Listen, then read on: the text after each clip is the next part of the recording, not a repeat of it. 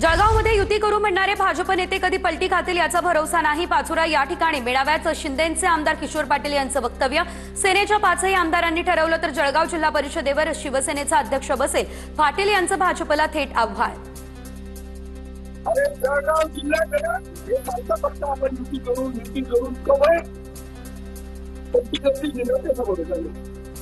ठरवलं ना। बाकी आमदारांनी फक्त ठोकलं नाही। 100% जिल्हा परिषदेवर अध्यक्ष बसेल जिल्हा परिषदेवर। किशोर पाटील यांचा राग हा योग्य। भाजपने माझ्या मतदारसंघात चांगलं काम केलं पण किशोर पाटलांच्या मतदारसंघात कामच केलं नाही। किशोर पाटील यांच्या वक्तव्याला गुलाबराव पाटील यांचाही दुजोरा। मतदारसंघामध्ये भाजपने चांगलं काम केलं, यांच्याकडे केलं, पण आप्पाच्या मतदारसंघामध्ये केलं नाही हे मी पण मान्य करतो। आणि हे करत असताना माझ्यावर एक वेळ अन्याय झाला। इथं मोदी साहेबांच्या सगळं गोंधळ झाला होता। किशोर पाटील यांच्या मतदारसंघात भाजपच्या लोकांनी काम केलं नसतं तर असा निकाल नसता। प्रवीण दरेकर यांचं प्रत्युत्तर। महायुतीमध्ये लढणार, मुख्यमंत्र्यांची भूमिका स्पष्ट केली असं देखील दरेकरांचं वक्तव्य।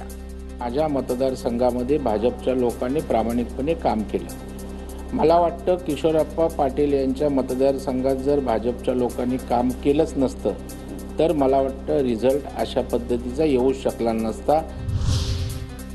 महापालिकेमध्ये आमचा महापौर होऊ दे। मागाठाणेमधील मालवणी महोत्सवात उद्धव ठाकरे यांचं गारहाण।